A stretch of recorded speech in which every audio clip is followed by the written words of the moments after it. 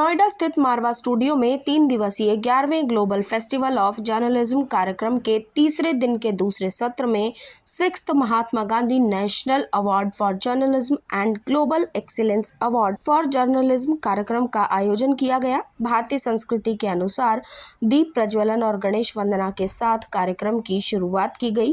कार्यक्रम में media, TV और फिल्म जगत से जुड़े देश विदेश से अतिथिगण ने अपनी उपस्थिति दर्ज कराई।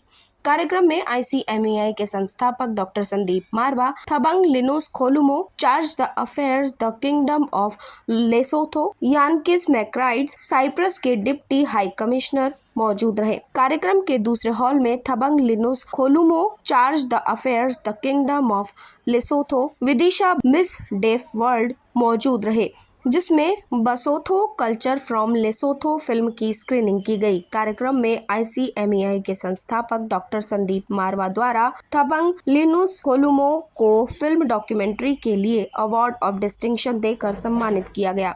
Thank you very much. Let me indicate that I'm once again very happy to be amongst you in this festival. Last time I was here and I told you about Lesotho. And continuously, I'm happy that Lesotho is being promoted. As I said earlier, Lesotho is a very small country inside South Africa. We have a population of only 2.4 million. We are very small compared to India. But we are very proud and very happy that India continues to promote us.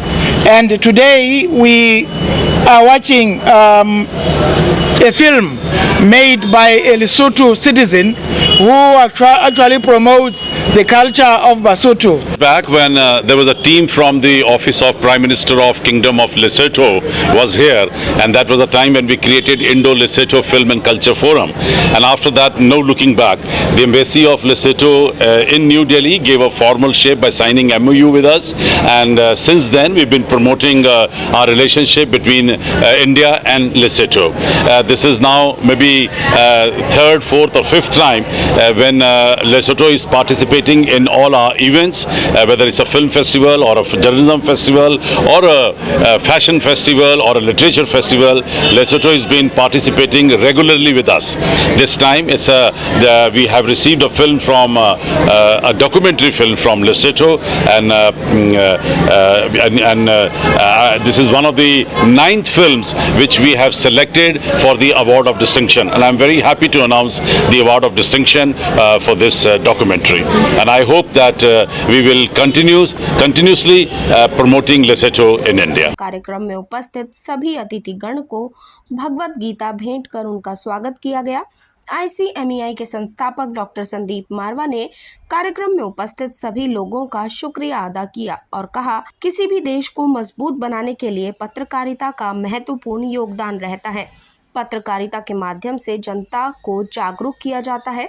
पत्रकार दिन रात मेहनत करते हैं आप तक हर सच्ची खबर पहुंचाने के लिए। आपको बता दें कि महात्मा गांधी नेशनल अवार्ड से उन लोगों को सम्मानित किया जाता है जो महात्मा गांधी की तरह अहिंसक और अन्य गांधीवादी तरीकों के माध्यम से सामाजिक, आर्थिक और राजनीतिक परिवर्तन लाने में उत्कृष्ट योगदान देते हैं।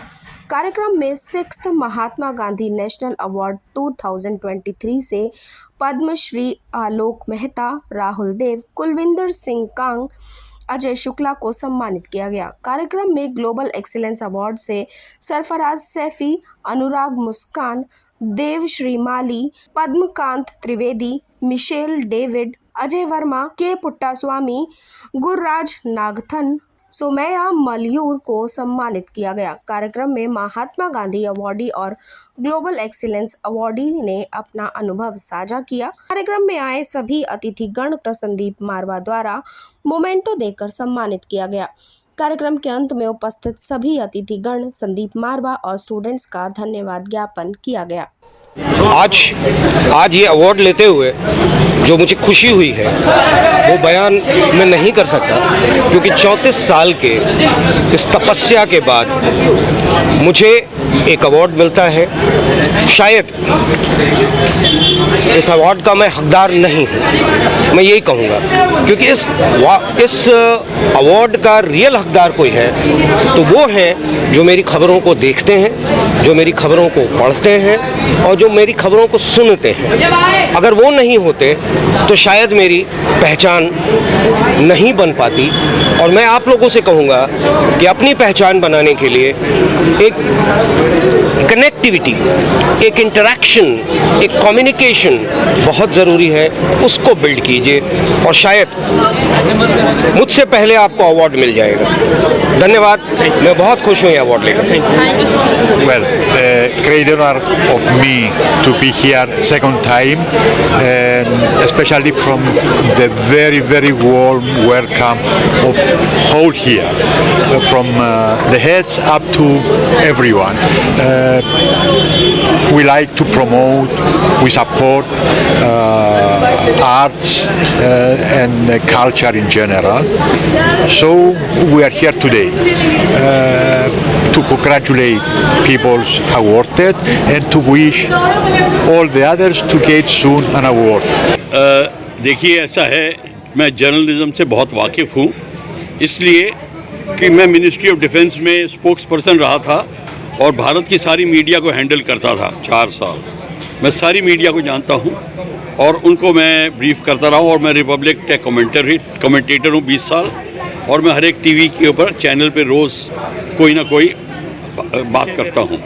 मुझे जर्नलिज्म का से मतलब मेरा ये है, और मैं ऐसा समझता हूँ कि एक जर्नलिज्म ये एक ऐसा प्रोफेशन है जो देश की माइंड को स्थापित करता है।